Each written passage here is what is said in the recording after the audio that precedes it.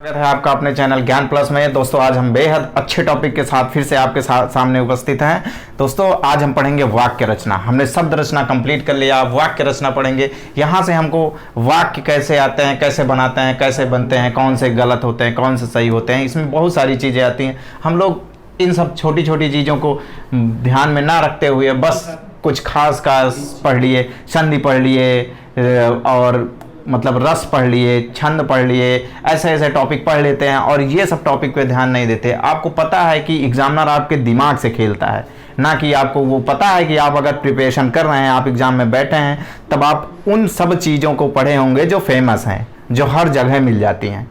वो चीज़ें तो सबको मिलती हैं। हर बुक, आप कितनी छोटी सी छोटी बुक खरीदिए, वहाँ पे आपको संधि विच्छेद मिल जाएगा, रस मिल जाएगा, छंद मिल जाएगा, ऐसे ऐसे सारी चीज़ें मिल जाएंगी। लेकिन कुछ चीज़ें होती हैं जहाँ से आपको फंसने और फंसाने की बात आती है, वो चीज़ें आपको हर जगह नहीं मिलेंगी दोस्तों।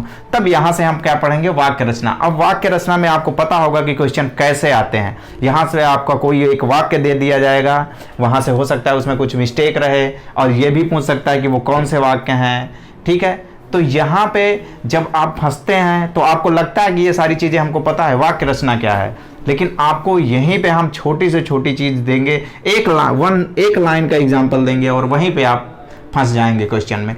तब दोस्तों यही चीज़ें होती हैं जो एग्जामिनर जानता है कि आप यहाँ से फंसने वाले हैं। क्योंकि एग्ज़ाम में अगर 1000 सीटें होती हैं एग्ज़ाम में, तो कम से कम 4 लाख फॉर्म होते हैं।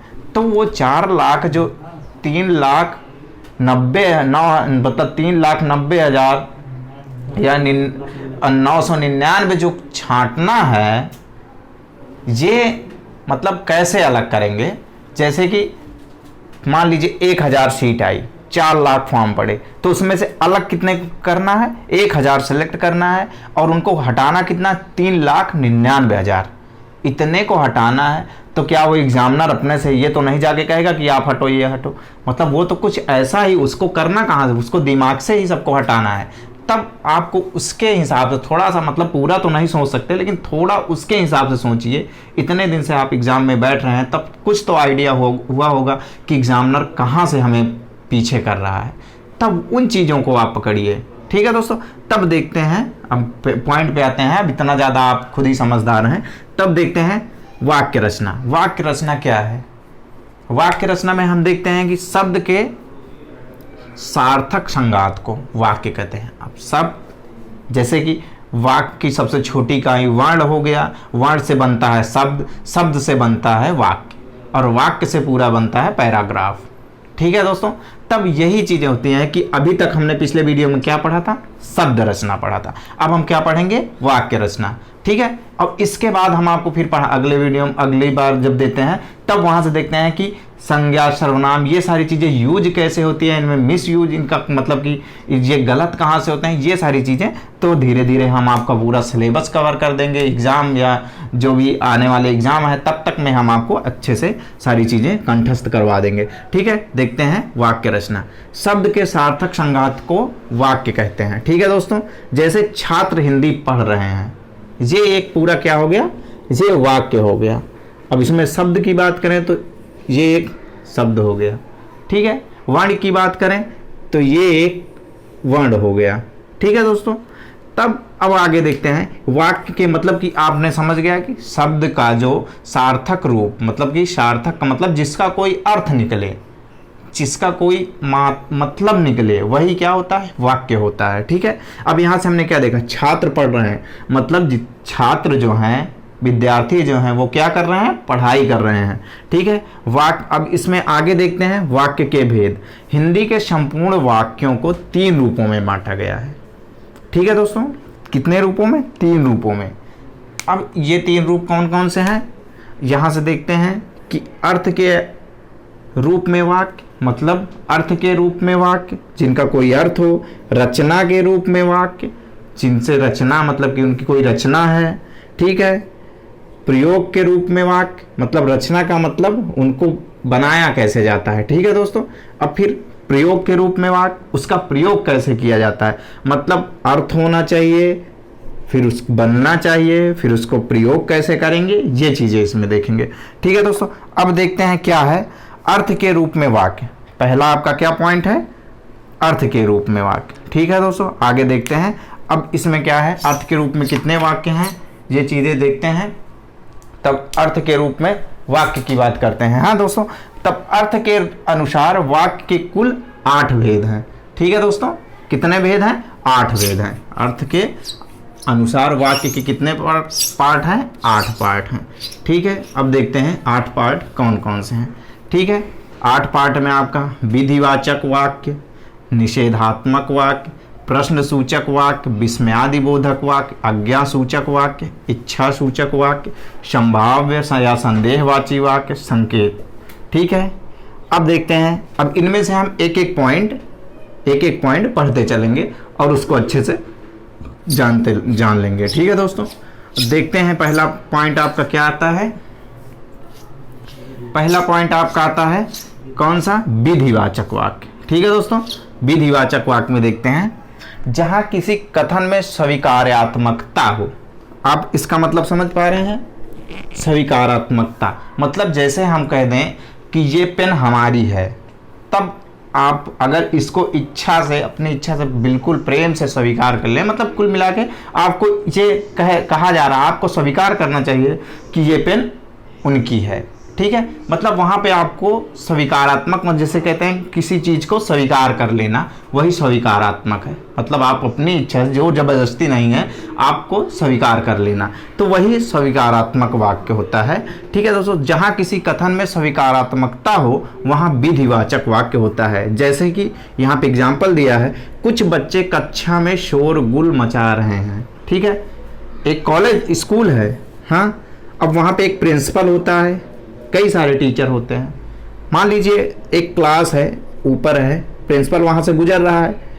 ठीक है, उसको आवाज़ आई, उसने किसी टीचर से कहा कि बच्चे ऊपर शोरगुल मचा रहे हैं। तब टीचर ने स्वीकार कर लिया कि हाँ शोरगुल मचा रहे हैं, मतलब आवाज़ आ रही है, वो जाके अब आगे देखेगा। ठीक है, तो वही उसने स्वीकार कर लिया कि हाँ बच्चे शोर मचा रहे हैं। तब ऐसे वाक्य जहाँ पे आए, जहाँ पे ऐसी कंडीशन बने, वहाँ पे आपका कौन सा वाक्य होगा, वहाँ पे आपका विधिवाचक वाक्य होगा। ठीक है, अध्यापक हिंदी पढ़ा रहा है, किसी बच्चे से मान लीजिए बोला जा रहा है कि अध्यापक हिंदी पढ़ा रहा है, या किसी गार्जियन से कहा जा रहा है कि अध्यापक हिंदी पढ़ा रहा है। ठीक है दोस्तों, ऊपर की कक्षा से आवाज़ आ रही है। तो ऐसे एग्जाम्पल, ऐसे जहाँ पे वाक्य मिलेंगे वो किस में आते हैं, वो विधिवाचक वाक्य होते हैं। ठीक है दोस्तों, आगे देखते हैं निषेधात्मक वाक्य। जहाँ किसी वाक्य में नकारात्मकता हो, नकारात्मकता का मतलब निगेटिव, उल्ट, मतलब कि जहाँ पे नकारात्मकता हो, मतलब नहीं, एक तरीके से नहीं का भाव जहाँ पे हो, वहाँ पे ये चीज़ें होती हैं। जहाँ से मतलब कि एक क्लियर मतलब नहीं होता कि हाँ वो मतलब कि एकदम क्लियर है। ठीक है, लेकिन वहाँ पे नकारात्मकता मतलब वर्ड वाक्य में वहाँ पे आपको झलक मिल जाएगी कि ये कहना क्या चाह रहा है, तब वहाँ पे क्या, कौन सा वाक्य होता है, निषेधात्मक वाक्य होता है। ठीक है, यहाँ पे एग्जाम्पल में देखते हैं कि आज प्रधानमंत्री जी प्रयागराज नहीं आएंगे, मतलब उसने किसी को कहा कि आज प्रधानमंत्री जी प्रयागराज नहीं आएंगे। ठीक है दोस्तों, जैसे कि यहाँ पे है वही, आज प्रधानमंत्री जी प्रयागराज नहीं आ रहे हैं या नहीं आएंगे, मतलब कि उसने किसी को कहा कि वो आज नहीं आएंगे, तो यहाँ पे निगेटिव आया ना, मतलब कि नहीं का यूज हुआ है, नहीं आ रहे हैं, तब वही है नकारात्मकता। जहाँ पे नकारात्मकता की छाप लगे या अनुभूति हो, वहाँ पे कौन सा वाक्य होता है, निषेधात्मक वाक्य। ठीक है दोस्तों, आजकल वह खेलने नहीं जा रहा है। ठीक है दोस्तों, अब देखते हैं यहाँ पे क्या है, अगला प्रश्न सूचक वाक्य। यहाँ से देखते हैं कि जहाँ किसी शब्द में प्रश्नवाचक शब्द, ठीक है दोस्तों, जहाँ किसी शब्द में प्रश्नवाचक शब्द या प्रश्नवाचकता का भाव हो, वहाँ प्रश्न सूचक वाक्य होगा। ठीक है, वहाँ पे प्रश्न सूचक वाक्य होगा। जैसे क्या कर रहे हो, मतलब किसी से पूछा जा रहा है, एक तरीके से प्रश्न ही कर रहा है, तो वो जो भी कर रहा हो अगला बोलेगा, तो वही चीज़ें हैं। क्या कर रहे हो, देखे हो, मतलब पूछ रहा है कि जैसे कि हमने आपसे कह दिया आप ताजमहल देखे हो, तो प्रश्न ही तो कर रहे हैं। ठीक है दोस्तों, तो ऐसे क्वेश्चन जहाँ पे आए, ऐसे वाक्य जहाँ पे बने, वो कौन से होते हैं? प्रश्नसूचक वाक्य होते हैं। अगले पॉइंट पे आते हैं, यहाँ से देख लेते हैं, कुछ नोट्स दिया है जो कि देखने और जानने लायक है। तो देखते हैं कि नोट्स में क्या दे रहा है। नोट्स में दे रहा है कि यदि किसी वाक्य में प्रश्नवाचक शब्द दिया हो परंतु उसमें प्रश्नवाचकता का भाव ना हो, मतलब प्रश्नवाचक शब्द दिया हो, जैसे कि क्या, मान लीजिए ये दिया हो, क्या दिया हो या तब दिया हो, लेकिन वहाँ पे उसका भाव जो है वो प्रश्नवाचकता टाइप का नहीं है, वहाँ पे प्रश्न टाइप का भाव नहीं निकल के आ रहा है, तब वहाँ पे क्या होगा? वहाँ पे प्रश्नवाचक वाक्य नहीं होगा। ठीक है दोस्तों, वहाँ पे प्रश्नवाचक वाक्य नहीं होगा। तो यही चीज़ है, यदि किसी वाक्य में प्रश्नवाचक शब्द दिया हो परंतु उसमें प्रश्नवाचकता का भाव ना हो तो वहाँ वह वाक्य प्रश्नसूचक वाक्य कदापि नहीं होगा। मतलब एक तरीके से पूरे मतलब रिस्ट्रिक्शन के साथ बोल रहा है कि वो कदापि नहीं होगा, एकदम से नहीं होगा, कभी नहीं होगा। ठीक है, यही नोट्स में दे रहा है। और यहाँ पे क्या, जैसे कि एग्जाम्पल भी दिया है कि यदि आप लोग अपने माता पिताजी का कहना माने होते तो अब तक ना जाने कहाँ पहुँच गए होते, जैसे कि प्रश्नसूचक वाक्य। ठीक है, लेकिन शब्द यहाँ पे दिया है, ठीक है, लेकिन इसका जो मतलब है क्या है कि वो प्रश्नसूचक वाक्य है नहीं, इसमें से छाप नहीं, वो केवल सीख टाइप की दे रहा है कि अगर आपने माता पिता का कहना माना होता तो आप लोग अब तक न जाने कहाँ होते। वो प्रश्न नहीं कर रहा है बल्कि उनको एक सीख दे रहा है, मतलब कि उनकी पुरानी बातों को याद दिला रहा है। ठीक है दोस्तों, तो यहाँ पे प्रश्नवाचक वाक्य नहीं होगा। आगे देखते हैं, अगला आपका आता है विस्मयादिबोधक वाक्य। विस्मय, ठीक है दोस्तों, विस्मय जहाँ पे होता है, जहाँ किसी वाक्य में विस्मय बोधक शब्द दिया हो अथवा विस्मयादि का भाव हो, वहाँ विस्मयादि बोधक वाक्य होगा। विस्मय आप जानते हैं, जैसे हाय, आह, गजब, वाह, मतलब ऐसे। ठीक है, जहाँ पे मतलब कि एक तरीके की सडनली जो घटनाएं होती हैं, अचानक से जो घटनाएं हो जाती हैं, जो कंट्रोल से मतलब एक सहनशीलता के पार होती हैं, तो वहाँ पे हम ऐसे वर्ड यूज करते हैं। चोट लगी, तेज़ लगी, तो हम वहाँ पे आह की आवाज़ निकालते हैं। ठीक है, आह की आवाज़ भी आती है।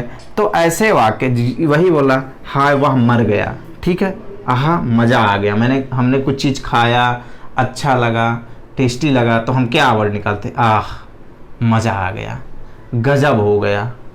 तो ऐसे ऐसे जहाँ पे विस्मयवाचक सब मतलब कि चिन्ह हो या विस्मय शब्द वाची शब्द आए, वहाँ पे क्या होता है?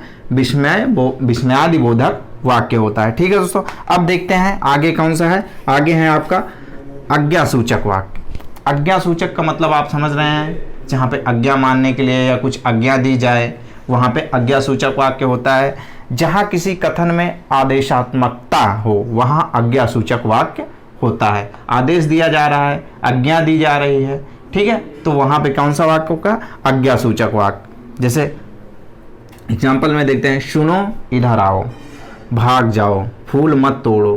ठीक है, तो इस टाइप के जहाँ पे वाक्य आएंगे वो कौन से होते हैं? आज्ञासूचक वाक्य होते हैं। दोस्तों ये चीज़ें आपको लग रहा होगा कि हमने पढ़ा है, ये सारी चीज़ें हम कर सकते हैं, लेकिन यही चीज़ें आपको एग्जाम में फंसाती हैं, यहीं से आपके नंबर कम बनते हैं। ठीक है दोस्तों, अब आगे देखते हैं कि इच्छासूचक वाक्य। इच्छासूचक वाक्य में क्या आपका आता है? इच्छासूचक वाक्य, जहाँ किसी कथन में इच्छा बताई जाए, वहाँ इच्छासूचक वाक्य होता है। जैसे भगवान करे आप सभी अधिकारी बन जाएं। ठीक है दोस्तों, भगवान करे आप सभी अधिकारी, वो यहाँ पे मतलब कि अपनी इच्छा जता रहा है कि हमारी इच्छा ये है कि आप लोग अधिकारी बन जाएं, और हमारी भी इच्छा यही है कि आप लोग अधिकारी बन जाएं। ये एग्जाम्पल तो जो है वो है ही, लेकिन हमारी भी इच्छा है कि आप लोग अधिकारी बन जाएं। ठीक है दोस्तों, आगे देखते हैं संभाव्य या संदेहवाची। जहाँ पे संदेह या मतलब कि संभावना, जैसे कहते हैं ना कि हमें मतलब कि संभावना है कि वो ये एग्ज़ाम क्वालिफाई कर लेगा, मतलब हम यहाँ पे संभावना व्यक्त कर रहे हैं। संभावना मतलब एक संदेह ये भी है, संदेह कि वो अच्छी पढ़ाई किया है।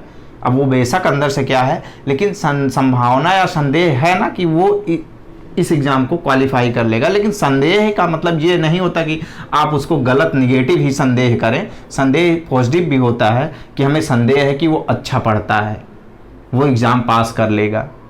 ठीक है दोस्तों, तब यहाँ पे देखते हैं संभाव्य। ठीक है, संभाव्य या संदेहवाची वाक्य, जहाँ किसी कथन में किसी कार्य के होने की संभावना हो वहाँ संभाव्य या संदेहवाची वाक्य होता है। ठीक है, लगता है 2000 के नोट भी जल्दी बंद हो जाएंगे, मतलब ये हमारी संभाव्य या संदेह है कि हो सकता है कि आने वाले टाइम में 2000 के नोट भी जल्दी बंद हो जाएं, तब ये संभावना है हमारी। ठीक है दोस्तों, यहाँ से हम देख लेते हैं, यहाँ से हमने क्या पढ़ लिया, ये सारी मतलब ये टॉपिक पढ़ लिया। अब देखते हैं रचना के अनुसार वाक्य। ठीक है दोस्तों, अभी तक हमने क्या पढ़ा, और अब आता है पॉइंट आपका रचना के अनुसार वाक्य। ठीक है, अब रचना के अनुसार वाक्य में क्या देखते हैं कि रचना के अनुसार वाक्य के 3 भेद हैं। ठीक है दोस्तों, कितने भेद हैं? 3 भेद हैं। ये चीज़ें आप बचपन से पढ़ते आ रहे हैं कि सरल वाक्य, संयुक्त वाक्य, मिश्रित वाक्य, लेकिन इसमें भी कंडीशन कैसी बनती है, तो ये चीज़ें तो आप पढ़े होंगे, भूले भी होंगे, और यहाँ से क्वेश्चन बनते भी हैं और आप कंफ्यूज भी होते हैं। तब आज देखते हैं सरल वाक्य क्या है। जिस कथन में एक उद्देश्य या एक विधेय होता है, मतलब उसमें एक उद्देश्य, एक ही मतलब उद्देश्य है और एक ही विधेय है। ठीक है, वहाँ पे कौन सा वाक्य होता है? वहाँ पे सरल वाक्य। और इसमें एक पॉइंट और है। ठीक है दोस्तों, वो पॉइंट क्या है? एक से अधिक उद्देश्य। यहाँ पे एक से अधिक उद्देश्य भी हो सकते हैं, लेकिन विधेय जो है सिर्फ वो एक ही होगा। एक उद्देश्य या एक विधेय हो या एक से अधिक विधेय उद्देश्य हो, पर विधेय एक ही हो, तब भी क्या होगा? सरल वाक्य होगा। आपने यहाँ से देख तो लेते होंगे कि बस सरल वाक्य मतलब सिंपल से जो बन जाते हैं वही है सरल वाक्य, लेकिन यहाँ पे ये चीज़ें नोटिस करने वाली बात है कि उद्देश्य और विधेय, अगर एक उद्देश्य एक विधेय है तब भी सरल वाक्य है, अगर विधेय एक से ज़्यादा, उद्देश्य एक से ज़्यादा है और विधेय एक है, तब भी वो सरल वाक्य है। अब एग्जाम्पल में देखते हैं कि यहाँ पे कैसे वाक्य बनते हैं। ठीक है दोस्तों, यहाँ से अब देखते हैं कि एग्जाम्पल में जैसे कि कल मैं क्रिकेट खेल रहा था। ठीक है दोस्तों, कल मैं क्रिकेट खेल रहा था। ठीक है, अब दूसरा एग्जाम्पल क्या है? कल मैं प्रतियोगी छात्रों के साथ क्रिकेट खेल रहा था। ठीक है दोस्तों, यहाँ पे कल मैं क्रिकेट खेल रहा था, यहाँ पे मैं और प्रतियोगी छात्र। ठीक है, यहाँ पे मैं मतलब हम भी हैं और प्रतियोगी छात्र भी हैं। ठीक है, तो यहाँ पे उद्देश्य कितने हुए? यहाँ पे 2 उद्देश्य हुए, यहाँ पे 1 उद्देश्य है। ठीक है, और क्रिकेट खेलना यहाँ पे भी खेल रहा है और यहाँ पे भी खेल रहा है, तो विधेय कितने हुए? विधेय इसमें भी 1 है और इसमें भी 1 ही है, लेकिन उद्देश्य की बात करें तो यहाँ मैं और प्रतियोगी छात्र, और यहाँ पे सिर्फ मैं। ठीक है दोस्तों, तो स्पष्टीकरण में हमने आपको बताया है, पहले उदाहरण में मैं शब्द उद्देश्य है और क्रिकेट खेल रहा था वाक्यांश विधेय है। ठीक है, जबकि दूसरे उदाहरण में मैं और प्रतियोगी छात्र 2 शब्द उद्देश्य हैं और क्रिकेट खेल रहा था विधेय है। ठीक है दोस्तों, तब ये सारी चीज़ें हम आपको इतना ज़्यादा डिस्क्रिप्ट करके इसलिए बताते हैं कि आप अगर नोट्स बनाना चाहें तो अच्छे से यहाँ से आप एक अच्छी सी नोट्स तैयार कर सकते हैं और आपको वो नोट्स हर एग्ज़ाम में बेहद लाभकारी सिद्ध होगी। तब इसीलिए इतना आपको मैटर एक पॉइंट हम देते हैं ताकि आप अच्छे से पढ़ सकें। ठीक है दोस्तों, अब देखते हैं कि संयुक्त वाक्य क्या होता है। सरल वाक्य देख लिया हमने, अब देखते हैं संयुक्त वाक्य क्या होता है। संयुक्त वाक्य में जहां कथन में 1 से अधिक उद्देश्य हैं, यहाँ पे क्या बोल रहा है कि 1 से अधिक उद्देश्य हैं, उसमें 1 होता था या 1 से अधिक। अब यहाँ पे आगे कंडीशन क्या दे रहा है? 1 से अधिक मतलब कि जहां कथन में 1 से अधिक उद्देश्य और 1 से अधिक विधेय हो, यहाँ पे उद्देश्य और विधेय दोनों की संख्या 1 से अधिक होगी। ठीक है, मतलब दोनों की संख्या 1 से अधिक हो सकती है। ठीक है, और वहाँ पर संयुक्त वाक्य हो गए। अब संयुक्त वाक्य प्रायः मतलब किन शब्दों से मिलकर लगभग बनते हैं, ये चीज़ें दिया जा रहा है। और किंतु, लेकिन, परंतु, क्योंकि, फिर भी आदि शब्दों से जुड़ा रहता है। ये जब जुड़ते हैं तो इन शब्दों का यूज करते हैं। और लग सकता है, किंतु लग सकता है, लेकिन, परंतु या क्योंकि, फिर भी, आदि ऐसे शब्द से वो ऐड होते हैं। मतलब जुड़ते जब हैं तब वो ऐसे शब्दों से जुड़ते हैं। तब ये अगर आपको 4-6 शब्द याद रहेंगे तब आप तुरंत पकड़ लेंगे कि ये कौन से वाक्य हैं, संयुक्त वाक्य हैं या सरल वाक्य या मिश्रित वाक्य। ठीक है मित्रों, तब यहाँ से हम एग्जाम्पल की बात करते हैं। तो एग्जाम्पल यहाँ पे दिया गया है, मैं स्कूल जा रहा था और मेरा छोटा भाई क्रिकेट खेल रहा था। ऐसा होता नहीं है। क्या है कि ऐसा होता क्यों नहीं है कि आप स्कूल जा रहे हैं, आपका छोटा भाई क्रिकेट खेल रहा हो, तो आप हो सकता है आप भी क्रिकेट खेलने लगे, स्कूल कैंसिल। ऐसा होता नहीं, लेकिन मैंने एग्जांपल दिया है आपको कि मैं स्कूल जा रहा था और मेरा छोटा भाई क्रिकेट खेल रहा था। तब यहाँ पे क्या यूज किया है, मैं यूज हुआ, मतलब और यूज किया है।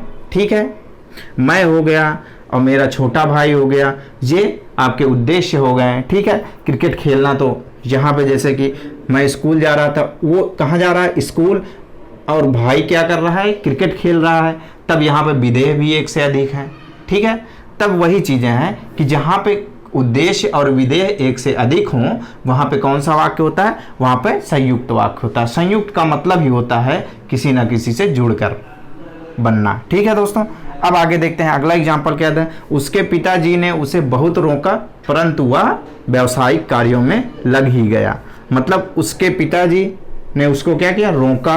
ठीक है, बहुत रोका, परंतु वह व्यवसायिक, फिर वह यूज कर रहा है यहाँ पे उसके, और यहाँ पे वह एक बार पिताजी के लिए यूज हुआ है, एक बार उसके लिए यूज हुआ है। ठीक है, और वह किस में लग गया, व्यवसायिक कार्य में। तो यहाँ पे भी उद्देश्य और विधेय दो हैं, तब यहाँ पे भी कौन सा वाक्य होगा, संयुक्त वाक्य होगा। ठीक है दोस्तों, आगे देखते हैं। आगे फिर से आपका आता है मिश्रित वाक्य। मिश्रित वाक्य में देखते हैं कि ये कैसे बनते हैं। जहाँ एक उद्देश्य से संबंधित कई विधेय हों वहाँ मिश्रित वाक्य होता है। अब यहाँ पे पॉइंट वाली बात है, पॉइंट पे ध्यान देना कि यहाँ पे क्या कह रहा है, जहाँ एक उद्देश्य, मतलब उद्देश्य एक है लेकिन विधेय कितने हैं, विधेय एक से अधिक, एक हैं, दो हैं, तीन हैं, चार हैं। मतलब यहाँ पे विधेयों की संख्या कुछ कंफर्म नहीं है। ठीक है, यहाँ पे कई सारे विधेय हो सकते हैं लेकिन उद्देश्य की संख्या कंफर्म है, उद्देश्य एक ही होगा। ठीक है, तो वहाँ पे किस टाइप के वाक्य होंगे, वहाँ पे मिश्रित वाक्य होंगे।